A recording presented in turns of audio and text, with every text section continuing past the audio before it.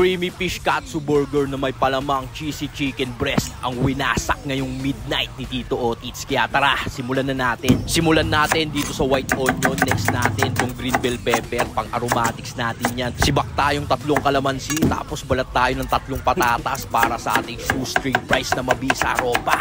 Set aside, tapos linis tayo ng sangkalan. Saka balik natin ulit itong ating shoestring fries. Basagan natin ng yelo. Tapos babaran natin ng tubig para mawala yung mga shit niya. Dito naman tayo sa ating 1 kilong cream durian. Pigaan lang natin ng 3 kalamansi. Tapos lagyan natin ng white pepper powder, 1 kutsaritang chicken powder, tsaka yung namuo nating garlic powder ropa. Tapos ganyan, lamas-lamasin lang natin sa kanya. Imamasahin natin sa kanya yung mga aromatics. Tapos basagan natin ng 2 itlog. Tapos saan natin lagyan ng 1/2 cup ng all-purpose flour ropa. Tapos ganyan, halo-halo lang natin sa kanya. Tapos set aside, lagay na natin itong ating breadcrumbs. Tapos yan, lagay na rin natin yung ating fish filling. Dinouble bread lang natin sa butter mix niyan ropa para maapal siya. Dito naman tayo sa chicken breast mga boss. Hiwalay lang natin yung laman sa buto. Tapos ihiwain natin yan ng paslant. Tapos pihit natin ropa. Tapos yan, hiwain na natin siya ng pa-cubes. Tapos yan, set aside muna natin ropa. Linis tayo ng sangkalan natin. Tapos balik na natin tong chicken na nalinisan. Lagay tayo ng black pepper, chicken powder, cayenne, paprika. Tapos lagyan din natin ng chicken oil. Tapos tsaka natin hahaluin sa kanya ng ganyan para talagang kapit na kapit yung pampalasa ropa.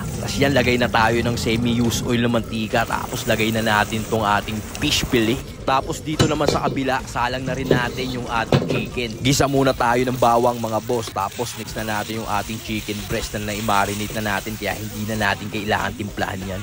Lagay tayong konting ibap, tapos lagay tayo ng melted cheese. Halo-halo lang natin sa kanya ng ganyan par at kusa nang matutunaw yan. Yan o, ganyan na itsura o. Safe na yung palaman boss.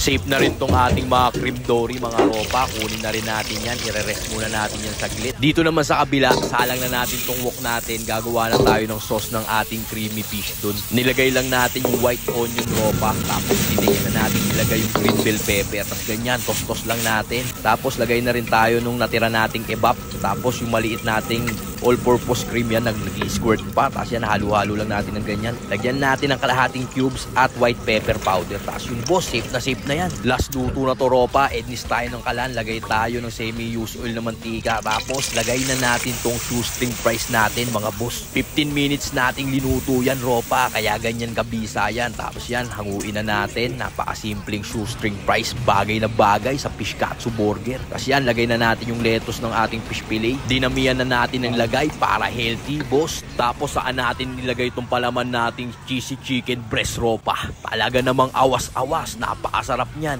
Tapos saan natin ipatong yung kabilang side ng fish katsu. Grabe yan boss. Tapos tsaka natin buhusan ngayon ng creamy fish sauce niya. Ubusin natin sa kanya lahat ng natitirang sarsa ropa. Tapos saan natin lagay ngayon yung ginawa nating crispy shoestring fries mga boss. At eto na nga mga tol, tapos na ang ating midnight food trip na creamy fish katsu burger na may palamang cheesy chicken breast na may shoestring fries. Paano ropa? Eptingin ko na to.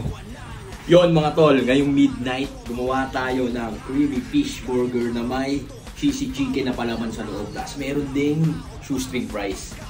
Hindi ko alam kung paano ko sisimulan to par, pero susubukan natin. Ito na. Kita mo yung boss.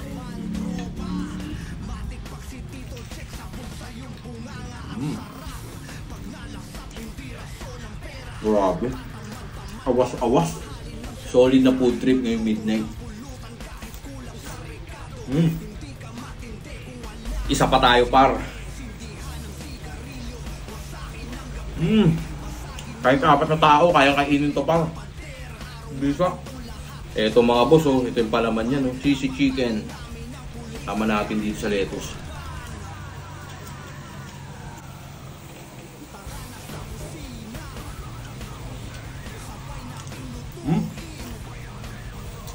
Paano mga tol? I-enjoyin lang namin to. Hanggang dito na lang. Peace.